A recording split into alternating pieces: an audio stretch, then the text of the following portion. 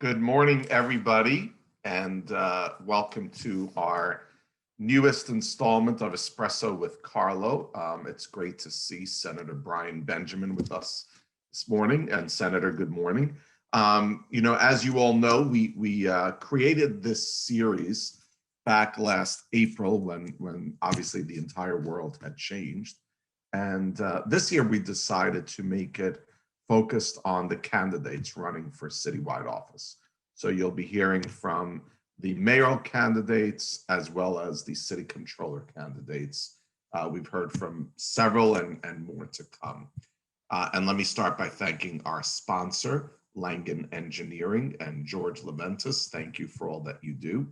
Let me begin with telling you a little bit about Brian Benjamin. Senator Benjamin was elected in 2017 to represent the 30th Senate District, which is Harlem, East Harlem, and portions of the Upper West Side. He chairs the Budget and Revenue Committee and is Senior Assistant Majority Leader. Many of the items that Senator Benjamin is talking about in his campaign for Comptroller are important issues for the city, including restructuring the Comptroller's office to add additional focus on education, public housing, public safety, and equity, ensuring alignment between the city's priorities and goals when it comes to environmental, social, and governance standards. Prior to public office, Senator Benjamin spent several years working in investment banking at Morgan Stanley.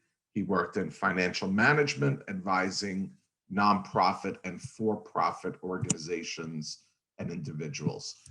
He served as chair of Community Board 10, chair of the Land Use Committee.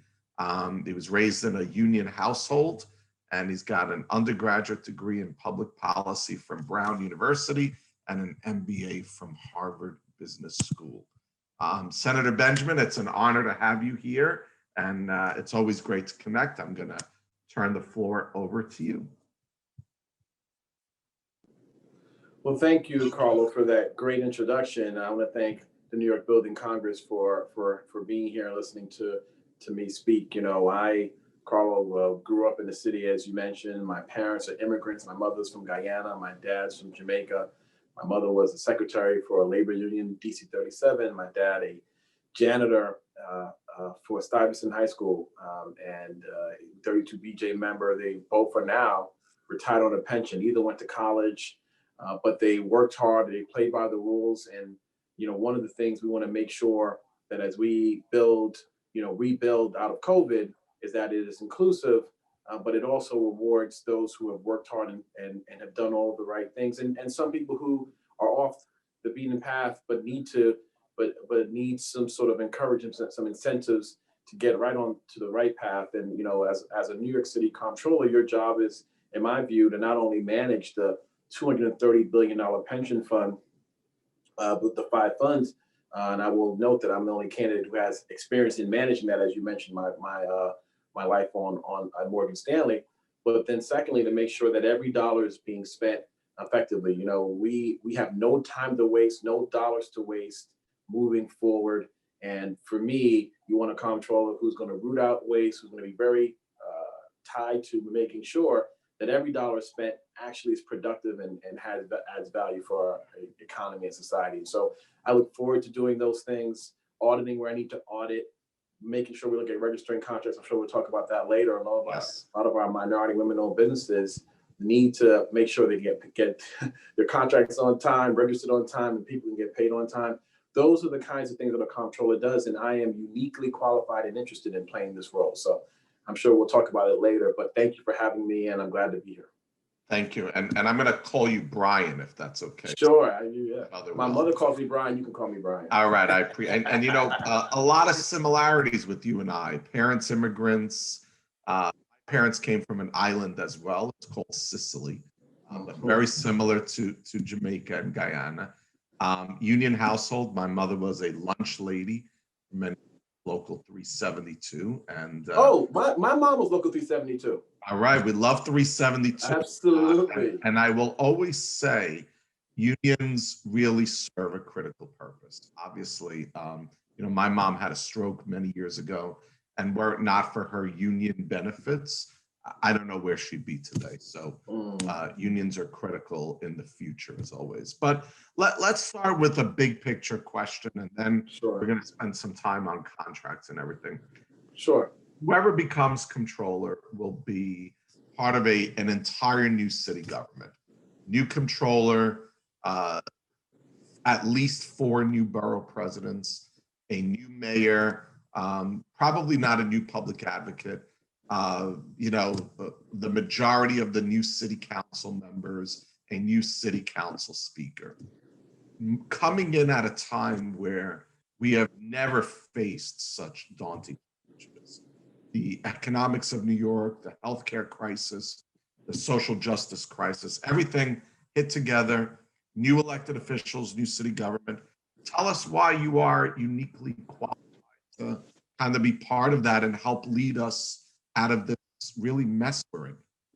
Sure. Thank you for that question. I think a couple of things. One of the things that I believe the next comptroller is uniquely qualified to do, given that you have a $70 million budget, over 700 staff members, and outside of making sure that you manage the pension to the best interest of the city, which I'll talk about later, you also have the daunting responsibility of making sure that the facts drive public decisions.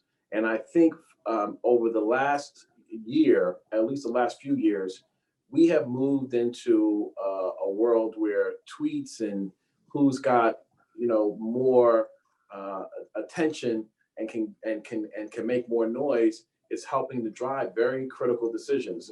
We've seen that around some of our economic development projects, whether it be Amazon, Industry City. We've seen it around how the police budget has been dealt with. And I think that is not sustainable. We have to have a real clarity, particularly at a time like this where the state has a $15 billion shortfall over the next 2 years. The city has a $5 billion shortfall.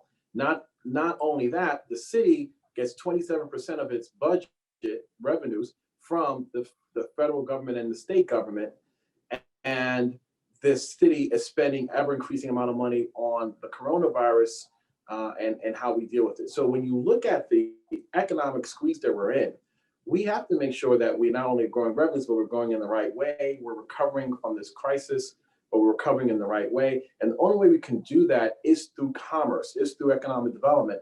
The question is, what does that look like? And I believe, given my background, not only as a legislator, but as someone who spent time investing in assets, but also I spent time building affordable housing for a number of years while I was chair of my community board. So I actually know what local investment looks like. I know what minority and women-owned business development looks like. And I believe it's and I know what running a small business looks like. And that is how we're going to build our way out of this crisis. So I think when you put those things together, I'm uniquely qualified to play that role. And then I would just also add, there is a lot of opportunity with the $230 billion pension fund. I think there's an ability to invest more in affordable housing. The city actuary requires a 7% return. Affordable housing, I used to do it. You can get better returns than that, and you can also solve very critical crises. For example, we have so much low-income affordable housing that's needed. We can actually create it and solve our need. That's a public-private partnership. That's a win-win for a public pension fund. We also can spend some time thinking about our hotels. A number of these hotels are living on the margin. Some of them only still in existence because the city's given them contracts to run as temporary homeless shelters. We can flip that model, own those hotels, have permanent supportive housing. But remember, in all of this, as you know, there's economic development. When you're talking about rehabbing these hotels, you're talking about building new affordable housing. We need 600,000 units of affordable housing, at least, based upon what the demand says. But we're building much less than that. And then some of that number is caught up in rehab. We have to have a real Marshall Plan around how we're going to sort of deal with our housing crisis. But that will create so many jobs for folks in the building industry, and that could really make a huge difference. So I think, given my background in finance, public sector experience, I was chair of a land use committee. I sort of seen this problem from multiple lenses, and I could bring that all to bear as the comptroller, who's the chief financial officer of the city and also the manager of the pension funds. Sounds amazing. And I want to stick with this economic development theme before we talk about contracts. You've mentioned you were born at Harlem Hospital, and I think you see it from your Senate office, which is pretty exciting. And facilities like that play critical roles in community. They need to be expanded and built on and everything on that. And it's not just hospitals, it's educational facilities. It's, as you said, affordable housing, it's jobs, it's really rebuilding the infrastructure of our city. And I think many of us would agree that you can't have a future of New York if you're not investing in the infrastructure of our city. But yet we're living in a moment where there are forces out there that say development is bad, real estate is bad, building is bad, not in my backyard, etc. I don't know. Maybe I'm not as smart as I used to think I was, but I don't know how people can live in New York if we're not building new schools, new infrastructure, new housing, new offices, new everything. What do we do? So give us your sense on that, because really living a big part of that. Yeah, I think and I want to center this within the comptroller's Of course. capacity, because it's important to think about this.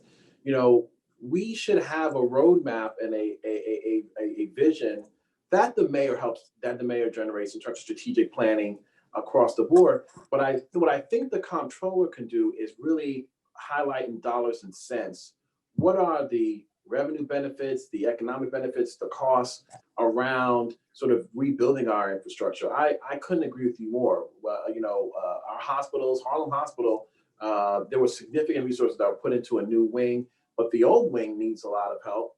And that is the case across the board.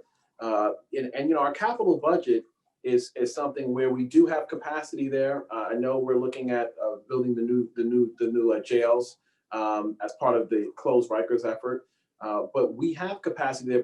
But what people need to see is they need to see the facts and the figures. And I think, getting back to my earlier point, the problem that we have now is there's not enough transparency around the information. So what ends up happening is the loud mouths on social media and the ones who can throw the biggest rallies, they're driving the whole conversation. And then it's cool to be anti building. It's cool to be anti-economic development. I think what we have to do is to make sure that the economic development is inclusive. And I think for too long, it hasn't been clear how some of the economic development projects have been inclusive. And we need to make sure we're doing a better job of that. And that needs to be part of the analysis. So I think, when I was chair of land use for Community Board 10, our view was we will do rezonings, we will do whether it's spot rezonings or whether it's broader than that, but we have to have very clear community benefits agreements. We need to have a lot of clarity around how some of our local nonprofits and businesses will benefit. I remember when Whole Foods was looking to come to 125th Street, we knew that was seen as a sign of gentrification, but it was also, in our view, an opportunity to help our small businesses who sold supplies, who had products, to get their products in Whole Foods. There was a partnership that was created with Harlem Park to Park and Whole Foods, and now 30 plus vendors are not only selling their products in the Harlem Whole Foods, they're selling it broader than that, and they're building and creating jobs right here in Harlem. So to me, it's the win-wins that we have to make sure are associated with our economic development projects. And if we do that right, then that helps to drive a different narrative. It's not sort of, oh, big business, wealthy people are coming and they're just going to take all the money and leave us with nothing. No, we're making sure that any activity that occurs is inclusive and there's equity. And that's something that the comptroller can actually, through some of the reports, help to showcase and highlight where those things have happened well in certain places and where they've not happened well, and making sure that there's some standards that you can share with the mayor and the city council to make sure that as we're looking at these different rezonings, projects, that the entire community is benefiting. And that to me is part of it. And oh, by the way, let me add, every neighborhood has to be included in this affordable housing crisis. Right now, what happens is the affordable housing is centered into certain neighborhoods. We need to have a citywide plan that's strategic and thoughtful, but make sure that we address the real need in a serious way. And that's something that I think the comptroller can review and provide analysis on, because you have the staff and you have the budget to do it. And it's important for the economic development of the city. And that, to me, is what we need to be thinking about as the comptroller. You should be the economic czar. Your job should be trying to figure out what are the things that we need to be doing to move the city forward. How are we recovering from Broadway and restaurants? How are they going to get out of this? How are we going to get more commerce into the city? How is tourism going to come back? You should be thinking about, as a comptroller, what are the key factors that help to enable that, because that's what leads to a thriving city, and that's what generates the kind of revenue that allows us to pay for these social programs that we know is so critical. We can't pay for the social programs on hopes. We need actual real revenues, and that is what the city has to be focused on. And unfortunately, we don't have enough leadership at the top levels right now who are driving that conversation in a serious way. It's too easy to politically pander and just name call and say, oh, the reason why we're in a Baptist is, oh, because they're evil.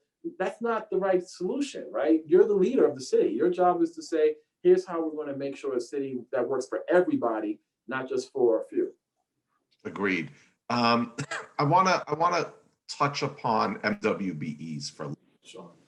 And before I say that, I'm going to give you and our listeners today a little preview. We're putting out our annual workforce snapshot tomorrow, the construction and building industry in New York. And overwhelmingly, and it's increased again from year to year, overwhelmingly the majority of people working in our industry are people of color. And overwhelmingly, they live in the boroughs outside of Manhattan.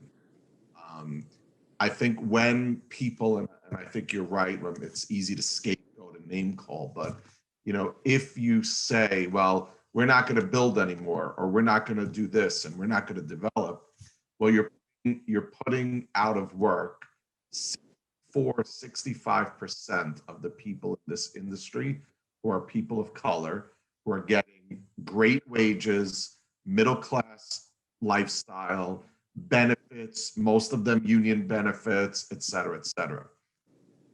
What we can do to really say it now's the time to invest so that more people are getting these great jobs. So I think that's something that the next controller has to really keep focus on, that if we want to get out of this crisis, we need to invest in people and in these type of jobs.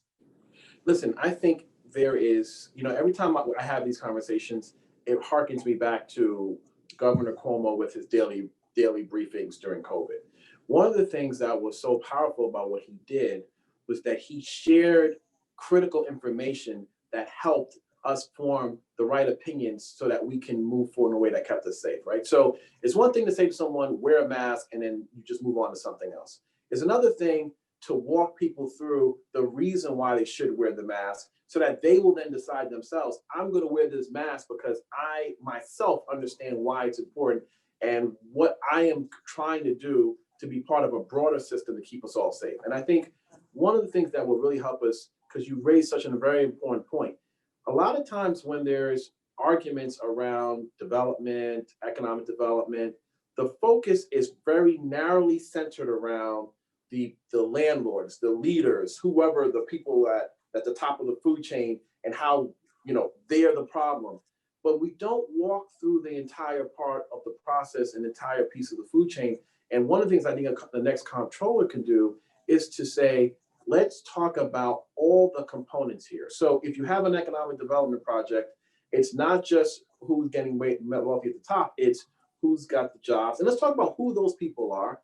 But then let's also talk about when those people are working on those jobs, when they want to eat lunch, the stores in the neighborhood that they're going to, who's that? And let's also talk about the sales tax revenue that generates to the city, and right. And so when you put all that information out and you put it in the context, it's hard to just focus on the piece that is the only part that's being put out in the media, put out on social media. You are now forced to have to deal with the whole conversation. I say this all the time to my colleagues, because sometimes I don't co-sponsor bills because I think they're insane. And I say to my colleagues, I say, part of the problem is I'm burdened by having the knowledge of what this actually really means. You could sign on to things if you don't really know what they really mean. If you just know you only hear one piece of it, and then you're like, oh, well, I don't agree with that piece of it. So you say, okay, well, I support X, Y, Z. But if you actually understand the entire food chain of whatever the issue is, you then, if you're a responsible adult, have to say, wait a second, there is this, which is an issue, and I think probably should be addressed, but then there's all this other stuff. And how do I deal with it? There's nuance to leadership. There's nuance to making sure that we have a city that's thriving and growing. The fact of the matter is, we do have to make sure that we keep businesses here in New York. There are ever more pressures that are growing. There are other states that are happy to take our major corporations, happy to take our businesses, happy to become the new New York. And we need to figure out how to make sure that everyone's paying their fair share, which I think is an important piece. We don't want a situation where the Amazons of the world, et cetera, that no one's paying their, no one's paying taxes. And by the way, a lot of that is federal tax. That's federal tax. But I think we have to lay that stuff out. But we can't do things in a way that makes New York less competitive, and we can't do things in a way that makes it hard for our small businesses, our MWBEs, our people of color who are now getting into the process, now getting some of these jobs, now getting to own their own small businesses, and then we just shut the door on them because we're narrowly focused on one thing over here. It's our job to be thorough. It's our job to have a nuance and to say, okay, listen, we do want to make sure that those who have made uber billions during the COVID crisis, that there's some fair share of their taxes, fair share that's going on. But at the same time, let's figure out a way to do that without destroying the economy and not destroying a recovery of an economy, because then we're cutting off our nose to spite our face. It's not the right approach in my mind, and it's something that we spend a lot of time. I'm chair of the Budget and Revenues Committee, as we discussed, and I spent a lot of time with the majority leader and my colleagues trying to figure out what's the best revenue options that we should consider here. Well, it's how much money we're getting from the federal government based upon our needs. We don't want to cut education. We don't want to cut health and hospitals. Well, so how do we figure this all out? And we're working that through. But I think that's incumbent upon leadership, which is why I think we need a mayor who's going to be a leader, who's not going to demonize people just to do it for political points, who's going to say, look, we need to have a shared economy. Those who have done well need to be part of sharing, but let's share in a way that helps grow and lift everyone's boat. If I'm at the bottom, I'm not focused on, well, someone's at the top, now they're a little less off. I'm worried about where I am. And so we need to make sure that everyone is being lifted up and that it's an inclusive economy that we're growing. And that's what I'm committed to doing. Well, it sounds great. So, you've got experience in the private sector, obviously, Morgan Stanley. You understand the private sector's importance in New York, and you just talked about it. How, as you as Comptroller, how would you include us? There's, and I'm not going to mention names.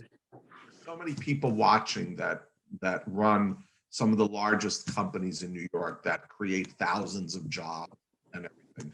How will you as Comptroller bring us together and say, hey, folks, we need you. We need the private sector to be at the table because you're the ones that are creating the jobs and putting the tax revenue in. And if you leave to go to Florida, we're in trouble. That's right. No, I'm going to sit down. I'm going to sit down with you, and we're going to have a very frank conversation. We're going to talk about the state of affairs. We're going to talk about what concerns you have. I will express the concerns I have, because quite frankly, what empowered Trump and what empowered the counter to Trump was the fact that people were seeing some people doing well and others not. And so the question is, how do we make sure that everyone is doing well? And if we make sure everyone's doing well, that helps to lessen the extremes. The extremes only benefit when there's something tangible that can drive their energy. And to me, I think we need to figure out how to do that. And that's why I keep coming back to the inclusivity point. And let's be frank, if you're in the private sector, you're trying to do your thing, which I get. It's the public sector's job to make sure that we're creating an infrastructure that allows you to do your thing, but allows us to make sure that everyone's benefiting from what's going on. And that is that, to me, that's the public sector's role. So I don't blame folks who are trying to build their business and grow their business, and as a result, because we didn't set the right framework and structure in place, now they're being demonized. I think the issue is that we didn't set the right structure and framework in place, and that is something that we need to do, and that's what I'm prepared to do. And I want to work with the mayor to do that. But I think it's important to be a voice and be someplace where people can have conversations. I mean, sometimes it's just really good ideas. I do this all the time in the legislature, where sometimes I get calls from someone who says, "Listen, I know, I'm not in the in crowd, but just want to let you know, with this bill that you're doing, there's this complication that you should consider, and I haven't thought." And I'm like, "Oh, that's a great idea." I mean, I think no one has all the answers. We all are working together for a better society and I don't operate from the mindset that people in business are evil. I went to Harvard Business School. I mean, the thought is contrary. But I do think it's important, and as someone who's been in the public sector and the private sector in a variety of ways, I do think it's important that the public sector have a better understanding of how the private sector works, so that we can make sure that our requirements and our frameworks and our structures provide consistency, provide stability, and ensures that it's a win-win for everyone. And that, to me, is the main issue, that it's a win-win. If you're going to have new rezonings, is everybody winning? And if the people in the community are not benefiting, who've been there, and this new community benefits, that creates more attention, and that empowers the extremes. We should not be empowering the extremes. We should be making sure that society is working for everybody, and that we all feel a joint sense of interest in making this thing work. And that, to me, is really what's at stake in this next election, because I think if we get the mayor comptroller piece of this election wrong for another 8 years, New York City would be a completely different place. And that's not in a good way. And it's not a good thing for any of us, Right. the people who need the help the most. And one of the obvious point, real quick, yeah. Carlo. That's another important point. Being a great screamer does not mean you're great at providing the results to the people who you're screaming on behalf of. And Correct. So, to me, I think there is a very strong place for advocacy. That's why we have advocates. But I think that the legislators and the business leaders and the community leaders, the people who are responsible for the results and responsible for providing decisions, have to be able to measure and weigh all of the competing thoughts that are coming in and do what makes most sense. And that's what I'm saying we need to do. And so I thank you for bringing that up. Yeah, it's very important. Yeah. It is interesting. In the greatest moments of crisis in New York's history, it's been a coalition of business leadership, union leadership, and the government officials that sat together and taken us out of near collapse, near bankruptcy, 9/11. We're going to have to do it now. We're all going to have to sit together and ensure that we are investing. And, years ago, if you remember, in the 90s, companies would say, well, we're getting a tax break. We're going to go to Jersey or Florida or wherever. And we knew it was a joke and it wasn't real.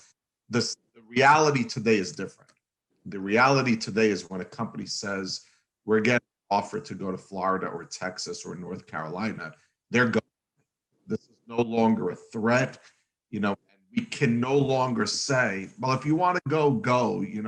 New York is the only place that has theater, restaurants, and education and this. Not anymore, right? Florida has all of that. Texas has all of that. North Carolina has all of that, and it's warmer and it's prettier, right? And that's what people say. And the last thing we want is to lose these great businesses because they're the ones that employ the middle class of New York. So something we're all going to have to check egos at the door and sit at a table, roll up our sleeves and get this done in the future. And I think we know our members are committed to doing that. And one of the things that the pandemic has shown is that there's a problem when you have too much density, all right? And so we add to all of that this piece. And I think one of the things, and I know I'm repeating myself, but I think it's so important to repeat myself on this point. I think the core thing is that our businesses in New York, understand that that some of the advocates are raising good points that need to be addressed, Absolutely. and it's our job to address them responsibly. And I think there are, look, there's some legislators who, understand that, being more advocacy oriented gets you more attention and makes you more famous. But I do think that, we can work together to make a better New York City, and to be a place where businesses want to be, because we do have the density.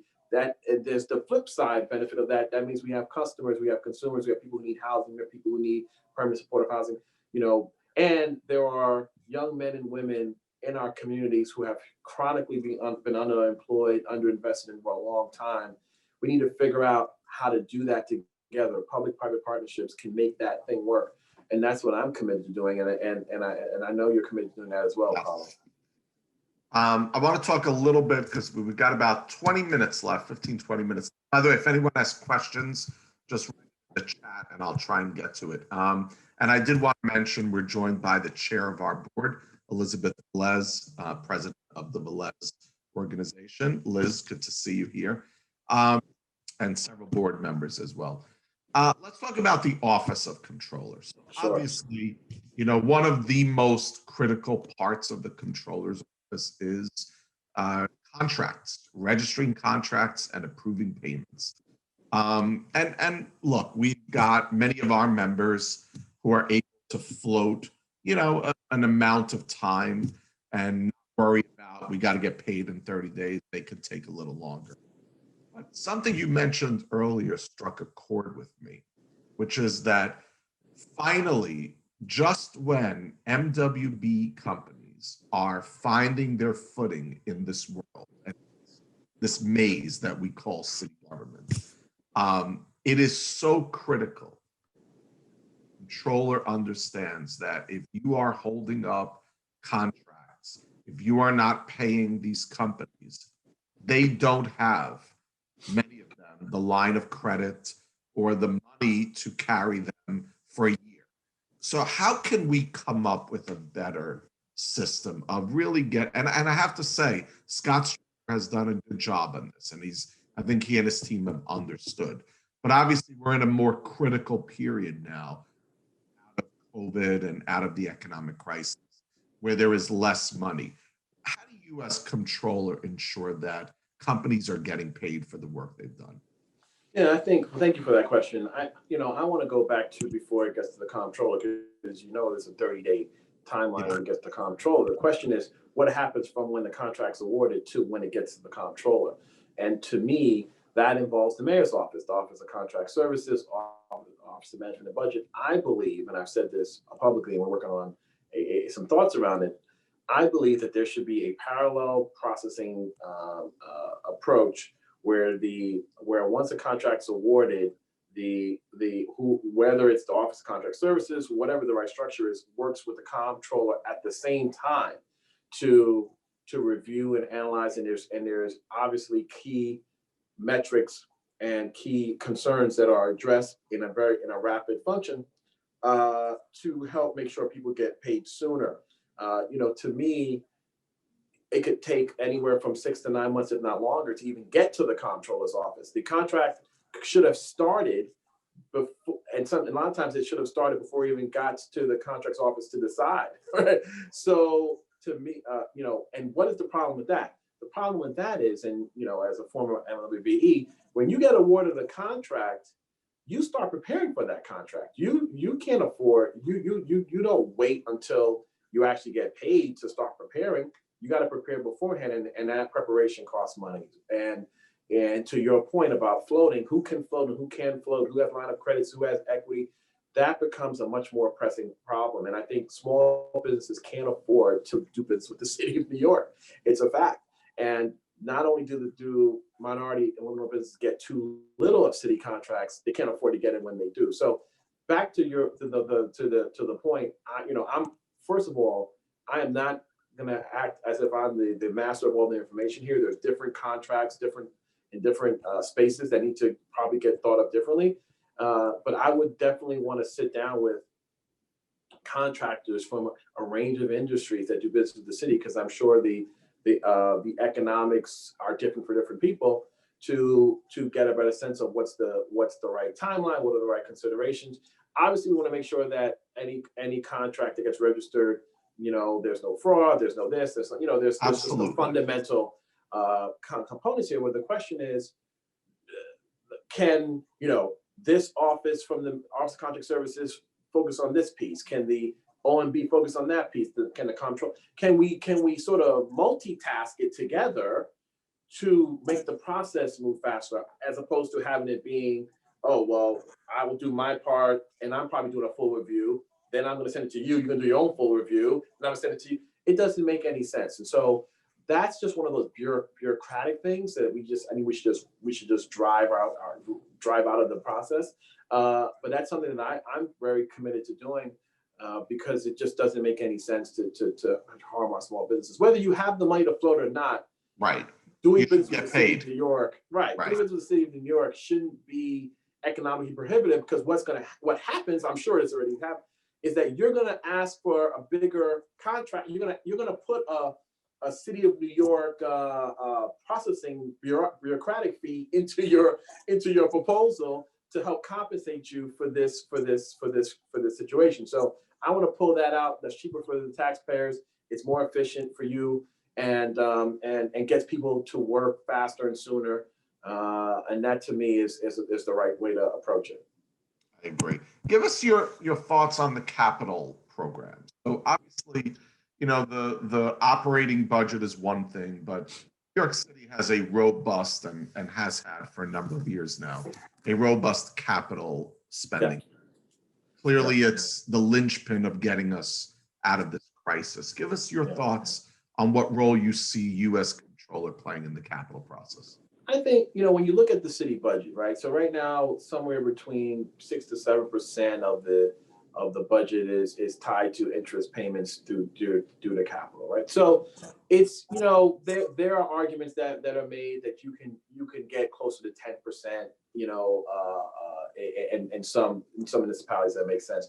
When you are looking at coming out of a crisis as we are, in terms of a jobs crisis, economic crisis, there is no more logical time. Obviously, our debt rating is fine in the city of New York as well. There's no more rational time than to really try to increase our capital budget, particularly in my view, around core items. I come back to this. I think we really need to ramp up the process of investing in affordable housing. I think we should, and I mean new construction, particularly new construction for those who need it. I think we should be looking at NYCHA. NYCHA has $40 billion of capital improvement needs. That should be a part of the process. And then permanent supportive housing that I mentioned earlier. I think we can really have a significant housing plan and we have the capital budget space to do it.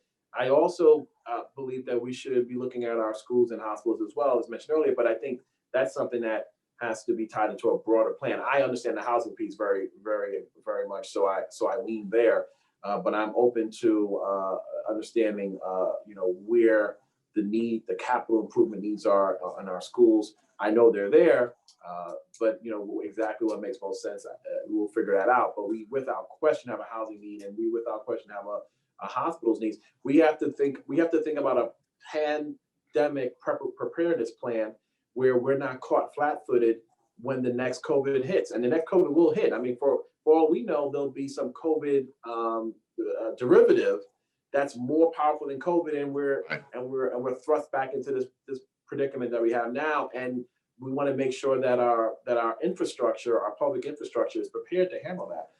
Those are the. I mean, obviously, a lot of this is stuff that the mayor is housed in, but I will make sure that it's clear, what the capacity is, and I tend to look at what percentage of the budget goes towards interest payments as a sort of a barometer of reasonably where we are. And then I will look very closely. I haven't seen this since I've been there. I do have experience with treasuries and borrowings. I would want to get a sense of what kind of interest rates we're paying on our debt we have now, and where appropriate, do refinancings and restructurings, et cetera. But we do have capacity, and we should use it, particularly to come out of this crisis. Agreed. Last question before we wrap up. The watchdog aspect of the Comptroller's office is a critical piece of the puzzle. And I think, again, as I said early on in this discussion, with an entire new city government, give us a sense of how you would use your watchdog role and what it means to you, Brian, in maybe your future role as Comptroller. Yeah, for me, and I've said this before, and people raise the eyebrow when I mention it. We have to look very closely at the education budget. We need to make sure we're getting outcomes from the money that we're spending. And I can't imagine the same kind of educational needs that are required, at a school where the surrounding community is a homeless shelter, is the same requirements that's needed at a separate school where the surroundings are middle and upper class two-family homes.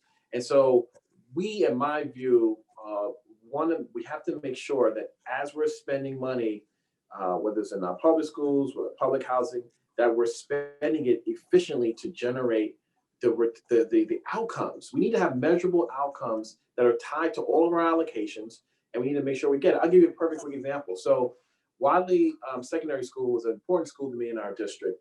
And when right before I was elected, when the mayor came in, we fought for that school. It's a Harlem jewel, and it was put into the community renewal school program. And then that was a big win because the school was able to receive about $1 million to invest in all these important initiatives, and teachers, and that. And we all thought, clap, clap, win-win, Wadley saved, moved on. Then when you a couple of years later, when the mayor comes back and says, well, Wadley's not working, I want to truncate it, we're saying, what happened? It was put into your special program. Come to find out, we talked to the parents. Number one, they brought the money, but then they didn't bring a turnaround principal. They brought a principal from someplace else who had to leave there someplace else and needed a new job. Okay, that's not the perfect person for a turnaround.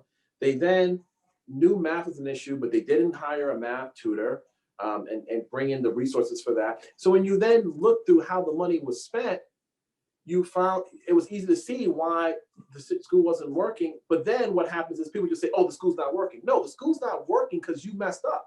It's not because the kids messed up. It's not because the kids can't learn. It's not because the school can't work. It's because you took the money and you wasted it and you spent it on stuff you shouldn't have spent it on. And now these kids are facing the consequences of our bad decision making. I believe the comptroller should be looking across the board at how we're spending public dollars.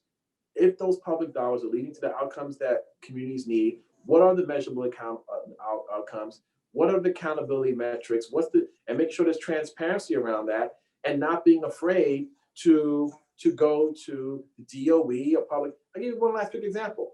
NYCHA will go and order new roofs when the roofs they're ordering are under warranty, right? Where you could have just gotten the roof for your warranty, you're ordering roofs because people don't know where all the assets are and aren't tracking everything. To me, that's just got to get managed and called out. And I think the comptroller's job is to do that, is to make sure that every public dollar is spent. And if we're spending money and saying we expect that money to get a certain return or we expect certain outcomes, then what are those? When Thrive NYC got the $1 billion, what were the outcomes associated with that? How are we tracking the $1 billion when it was at 250 million? How did it get to $1 billion? Where did it go? Who benefited?